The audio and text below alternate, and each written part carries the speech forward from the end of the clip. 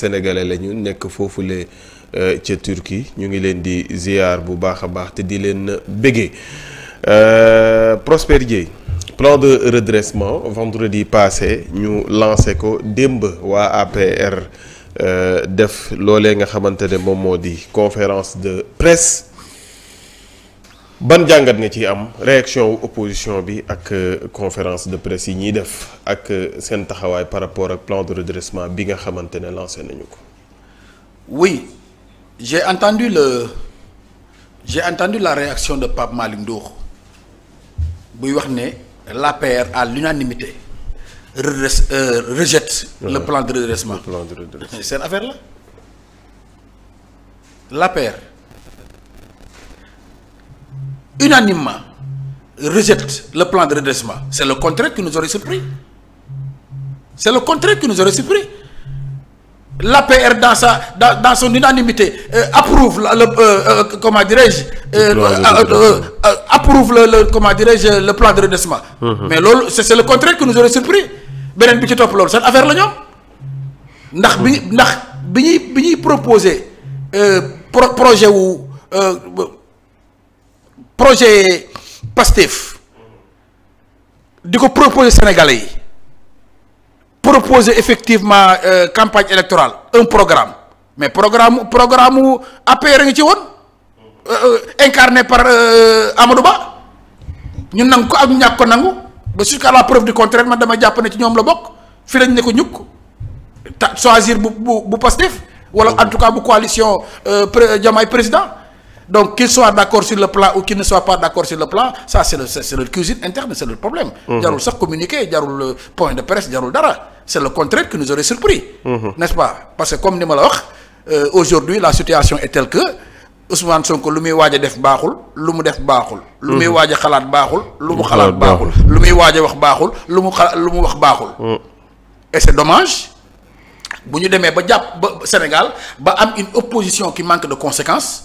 Parce que manquer de conséquences à mon avis moo di lépp loo xam ne ci yéen la jógee rek baaxul amul parce que loolu da ngay dem ba à la limite même passez-moi l'expression daf lay crétiniser. Crétiniser mooy. dem ba sax tu ne réfléchis plus.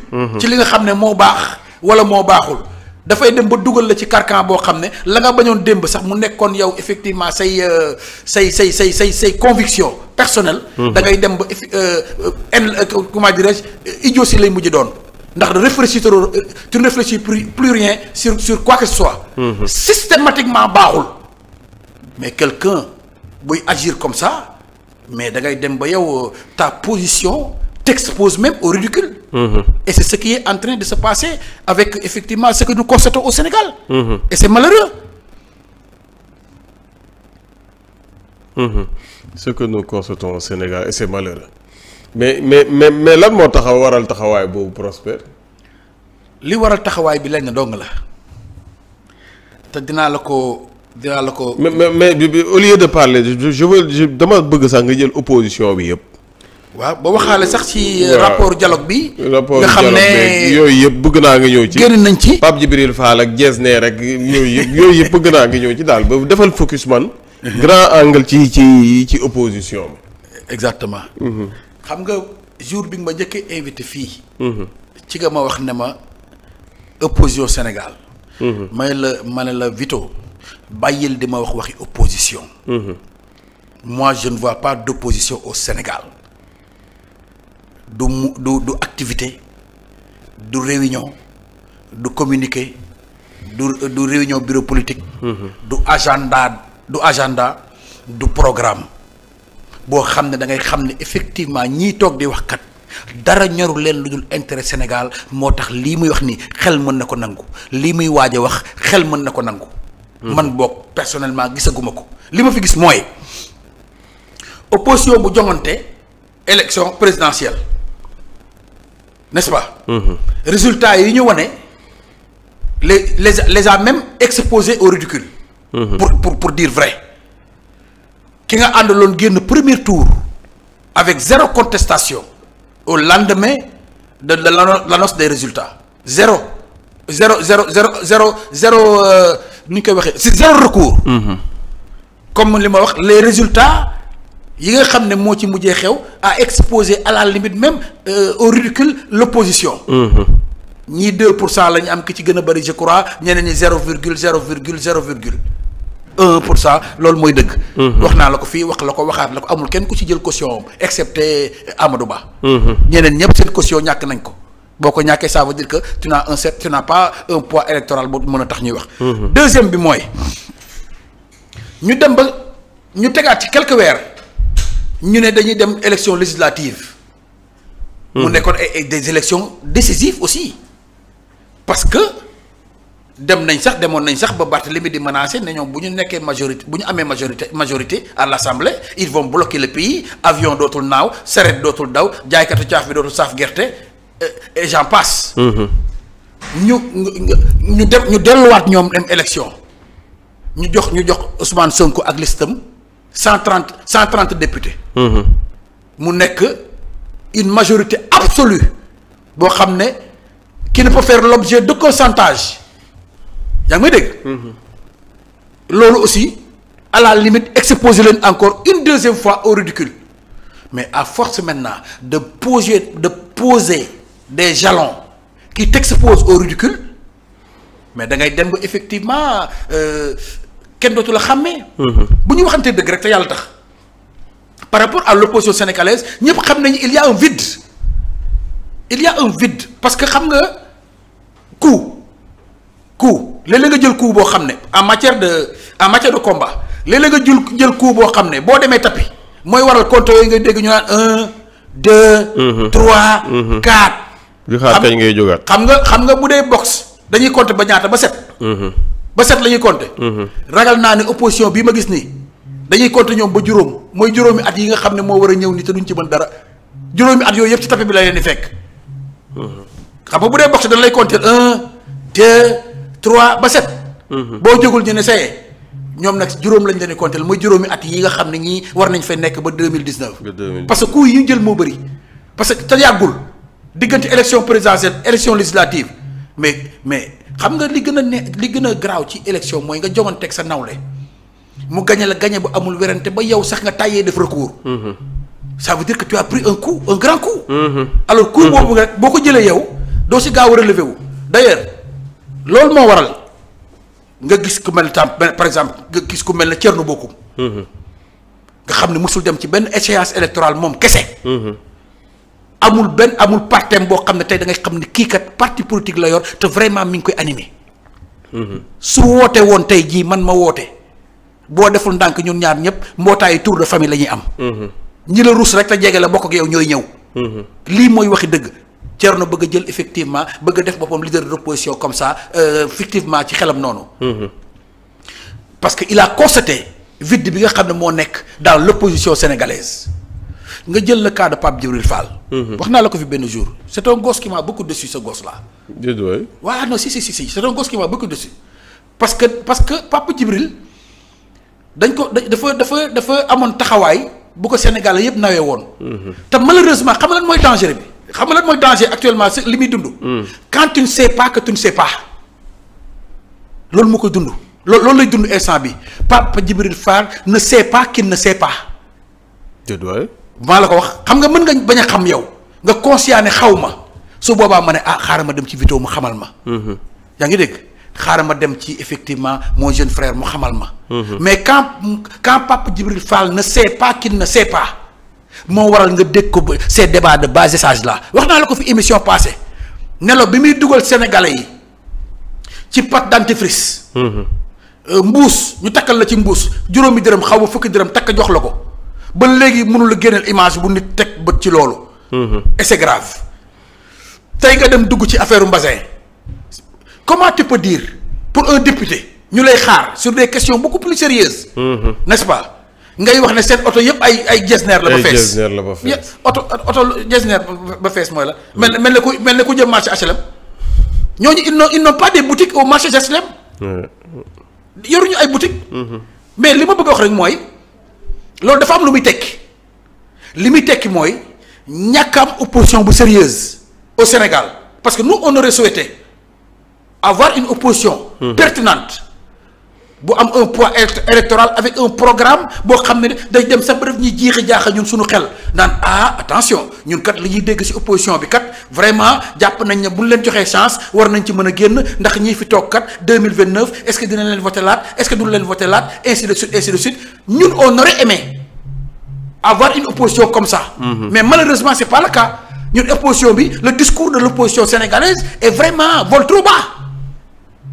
ay boo leen xoolee parce que bu njëkk ba lan lañ la waxoon xool leen ñoom ñett ni ñu àndee ak seen sañse yi bu ay mbubb la yoo xam ne boo leen xaymaa minimum c'est 300,000 francs. keneen ki ñëw ne la xool leen dañoo ànd ñoom ñett di reetaan. keneen ki ñëw ne la non. respecté tuñ protocole. waaw dañu ñëw ànd ñoom ñett n'est-ce pas di dox ci tapis rouge. tapis noir wala tapis vert. et bien dafa am sax lu ñuy fàtte ñoom Vito. dañuy fàtte ne ñii fi nekk di diriger réew mi. ñoo woote rupture am déet. waaw léegi rupture boobu kaay moon la lan la président mës nga gis président bu am ñaari jabar Sénégal. déedéet xanaa loolu rupture la. loolu rupture la waaw. mës ngaa dégg ne ñu ngay ngénte palais. déedéet. xale ju barke démb ngénte tudduñu fa. dégguma waaw. tudduñu fa togg nañu laax kay fii. Senghor ba Ablaye ba Macky Sall. mosuñoo am xale musul juddoo palais. waaw loolu rupture. bu mag sax. voilà léegi rupture boobu nag mooy dem ba. ki daawul dox. ci tapis rouge du ci dox. dëgg la rupture la. dëgg la. ki dem ba nga xam ne daan na ànd ak président assemblée nationale ànd ak premier ministre te amuloon fit sañu ree muy reetaan. dëgg la. loolu rupture la. rupture la. pour répondre à Moustapha Diakhaté li la naqari ci xale yii ba mu lay bëgg a rey. mooy rupture bul ñëwagum foofu bul ñëwagum. donc dama koy boros noonu rek li ko naqari ci xale yii ba muy bëgg a dee nii loolu da ko dugal ci cadre rupture. ñaari soxna ci réew mi président mosu ko fee am. xale juddoo palais ñu naan ña ngay tudd palais ña ngay laax ak ña ngay kooku ñu nu mu tudd ci ña ngay ceebu jaga amu fi woon. loolu yëpp da nga koy dugal ci cadre rupture moo waral yow lii ngay wax protocole bi ngay décrier ba mu lay bëgg a rey da nga koy dugal ci cadre rupture. rien ne se fera plus comme avant. comprendre nga maintenant pour revenir comme ni ma wax ñun dañu am lu ñu metti ñun sénégalais yi dans notre grande majorité. parce que on aurait aimé avoir une opposition bu nekk contrebalance. laataa loolu. dafa am photo Barthélémy Diaz opposition bu bees bi defe naa ne coalition la ñuy waajal xaw ma dugalal ma photo boobu Prospère xam ko je sais pas ndax pour te rejoindre ci on aimerait avoir est-ce que c'est ça qu'on aimerait avoir Barthélémy Diaz Abdou Mbow Thierno Bocoum Pape Malick Théodore defe naa ñeneen ak ñeneen. c'est ça notre opposition bi defe naa ne c'est ça qu'on veut voir c'est ça qu'on veut avoir non. mooy coalition pour rejoindre la rek. waa kay. mooy coalition bi Barthélémy doon wax naan da koy taxawal. tontu woon naa ci semaine ba le passé. nit ku am fulla am fayda am personnalité am un poids électoral am looy bañ yaa ngi dégg gëm sa bopp du Barthélémy Diaz mii nga war a topp ci ginnaawam. nga xam ne tey jii wax naa ne fu muy conférence de presse fu ne nañ ko wutal biberon tegal ko à côté parce que moi je vois un gros bébé qui parle beneen bi ci topp mooy. mais Vito mais soyons conséquents. Comment tu peux adhérer à une coalition bu Barthélémy Dias jiite. alors que il ne peut plus gagner son bureau de vote. il ne peut plus gagner le centre n'est-ce pas kooku mooy taxawal. opposition boo xam ne moom tey jii bu respecté woon ay kàddoom encore une fois bàyyi na politique ndax moo waxoon ne bu Macky Sall deful 3e mandat ma bàyyi politique man Barthélémy Dias kooku nit ku am personnalité am fulla am fayda am looy bañ gëm sa bopp xam fi nga jógee xam fi nga toll xam fi nga war a dem yaa ngi bokk ci coalition bu Barthélémy Dias di coacher la preuve da nga ci gis Idriss Seck li muy wax nii da nga ci gis Khalifa Sall da nga ci gis Amadou Ba moi j'aime bien. Entre parenthèses j'aime bien la façon de s'opposer de Amadou Ba. N'est-ce pas tu sens que c'est une grande personne qui parle. N'est-ce pas c'est une grande personne de par son comportement de par sa manière de s'exprimer n'est-ce pas de par sa manière de comment dirais-je d'analyser tout court. yaa ngi dégg donc tu l'entendras jamais employer de gros mots wala une certaine insolence. bu jongante jotee daal mu jóg jongante. li mu jàpp ne moom la war a def moom lay war a def ko ci maturité. n'est-ce pas en ayant une posture d'homme d'État et effectivement de personnes normales. Donc pour maintenant wax ci opposition bi ngay wax ni xoolal bindal li ma la wax nga denc ko. Vito waxoon nañ fi FDR xaw ma. FDR force de xaw ma lan pour la république. pour la république force de défense pour la république xaw ma si je ne me trompe. foo ko dégg ban acte nga gis ñu posé ko. place yaa ngi nii nañu woote mbooloo. kaay leen ñu wax ak yéen gannaaw ba ngeen dénkee ñii réew mi presque ñaari at kaay leen ñu wax leen loo xam ne du dëj. da nga ko dégg fenn. parce que la capacité de mobiliser c'est pas donné à n'importe qui. woote Kër Massar mu fees ba nit ñi di xool à perte de vue ça va comme ni ma la wax pour éviter de s'exposer au ridicule. am na yoo xam ne doo ci dugg. beneen bi ci topp mooy deuxième coalition bii di waaj a juddu nii xam nga lan laa leen tuddee ñoom. c'est des coalitions mornées. bindal li ma la wax nga denc ko c'est des coalitions mornées bindal li ma la wax nga denc ko vide boobu nga xam ne moom la nekk dans l'opposition sénégalaise ñun di ko dund ñun. nga xam ne gis ñu daray opposition loo xam ne war naa mën a dugg suñu bopp ba di fi indi jiixi jaaxa boo xam ne moo naan ñii fi nekk. est-ce que dinañ leen falaat 2029 ou pas moom lañ fi gisul leneen li ngay gis yëpp ay bruit la. ay bruit la orchestré ou engendré par des tonneaux vides. déggoo ma de dama ne. coow li ngay dégg coow lu bëri ak wax ju bëri du dara lu dul bruit boo xam ne ni c'est germé par une opposition que je qualifie de tonneau vide coow lee fi nekk rek. maa ngi leen di nuyu yéen ñi nekk ci live bi yëpp di regarder. mais malheureusement direct ñoo ngi leen di. gisuma fi opposition. je dis et je le répète encore. ils n'ont qu'à nous prouver le contraire. Ouais. Posez des jalons forts. Faites en sorte que lépp actes yi ngeen di poser nekk une contrebalance. ci li fi nekk ci régime bi. ci régime bi. mais gisuñu ko. bañ a aussi nekk opposition je dirais pas radical sax c'est bon mais l'opposition qui n'est jamais dans la proposition mais toujours ci dénigrement. merci beaucoup d'accord la façon de xam naa fi ngay waxee. maa la ko yeggalil. la façon de s'opposer. bi am Sénégal moo lay wan ne amul opposition. opposition mooy dama la wax sànq contrebalance.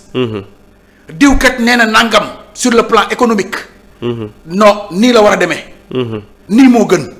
diw nee na nangam sur le plan de l'agriculture ou de l'élevage ou de la pêche wala niveau éducation niveau santé non nii moo gën ndax nii gënul nii moo gën opposition loolu la ñu gisul ñun ba ñu mën a permettre même bu ñu nit proposer loo xam daf ñuy nax sax yow nga mën ñoo wax loo xam ne daf ñuy gindi waaye quand tu te mets dans une position boo xam ne systématiquement lu mu wax baaxul lu muy waaj a wax baaxul lu mu wax baaxul lu muy xalaat baaxul lu muy waaj a xalaat baaxul. lu mu waaj a jëf baaxul lu mu jëf baaxul wax naa la ko léegi baaxul bu takk boo xam ne ni waaw ok d'accord baaxul waaw yow wax ñu li baax. on veut une opposition bu ñuy wax moom li baax et non nga ñuy gëmloo ne Ousmane Sonko ñi mu àndal li ñuy wax baaxul ci réew mi li muy wax baaxul ci réew mi oui d'accord. prouvez-nous que baaxul. la meilleure des preuves mooy yéen ngeen proposer ñu li baax. ndax bu mën a nekk jiixi jaaxa suñu xel bopp. wala sax dem na ci ba beneen affaire l'autre jour pour rebondir rek Ousmane ne plan de redressement bi financement bi à 90% defe naa c'est endogène ci réew mi la ñu koy jëlee.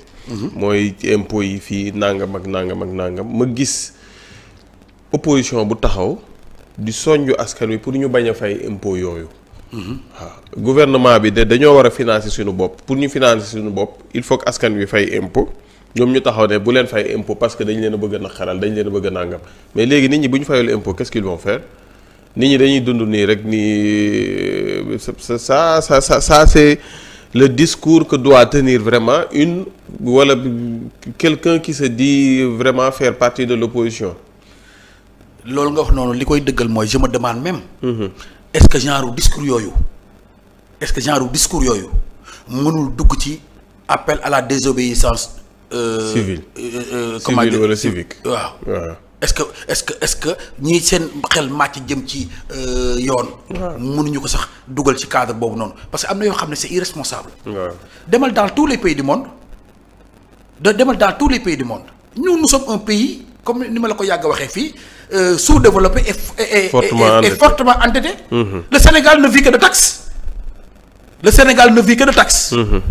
léegi lañ fi gis ay ressources minières pétrole gaz zircon phosphate ainsi de suite yoo xam ne depuis indépendance ba léegi amul dara loo xam ne impacté wu na ci population bi nga xam ne ñun ñoo ko moom. je suis désolé amu ci à partir de ce moment li fi nekk mooy impôt ak comment dirais-je recouvrement au niveau des taxes douanières.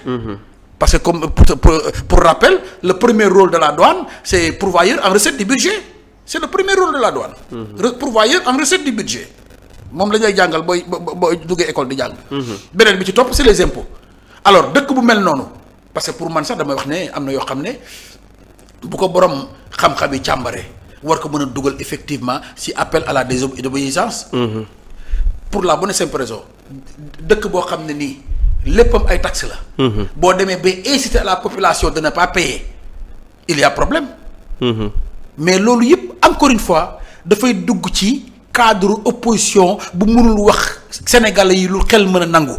moo tax bu teyee nga dégg ñu ne yëre yi ñuy sol bu subaa nga dégg ne seen dàll yi ñoo koy nuróole beneen yoon nga dégg ne ñoo ngay ànd di reetaan beneen yoon nga dégg ne seen oto yëpp ay mbasin la ba fees. n'est-ce pas mel na ñu koy wax ak ay nu mu tuddati ay GP. seen oto yëpp boo ay Jesner la ba fees. c'est quoi Jesner. Jesner mètre 1200 francs mètre comment dire 12 000 francs. bi ci gën a cher 13 000 francs 13 000 14 000 francs mooy le mètre. c'est quoi Jesner koo xam ne ni ba mu juddoo xàmmee ba léegi mi ngi liggéey même boo nekkul premier ministre nekkul président. ma ngay liggéey c'est des inspecteurs impôts et domaines. c'est quoi Mbassé pour un inspecteur impôts et domaines à plus forte raison maintenant un président wala un premier ministre wala un président assemblée nationale xanaa kay da nga naan dañ leen fekkoon. ñuy sol ay sagar qu'est-ce que vous voulez. que ñoom ñuy sol ay sagar. di sillonner le monde wala sol ay sagar parce que effectivement on veut nous faire comprendre que n'est-ce pas sañse wuñu wala nangam. dama ne encore une fois il faut que l'opposition sénégalaise arrête ce discours-là. nañu proposer des discours beaucoup plus matures des discours pleins de maturité. loo xam ne tey jii ku bu duggee suñu bopp parce que fii kenn moomu fi kenn. bu duggee suñu bopp dinañ am possibilité def la balance entre li ñuy proposer ak yow li nga ma wax mu nekk sama xel ma analyser ko teg ko def ko xooj fanaan la jëm 2029. waaye non systématiquement opposition boo xam ne rien que non mooy li ma la wax bruit bi bëri na te proposer wu leen dara lii baaxul d'accord nañu wala boog mën nañu d'accord mais wala ñu lu baax wax ñu lu baax en proposant effectivement des en ayant un discours mature concret et prometteur. Dieye Moustapha Diakhaté génnaat na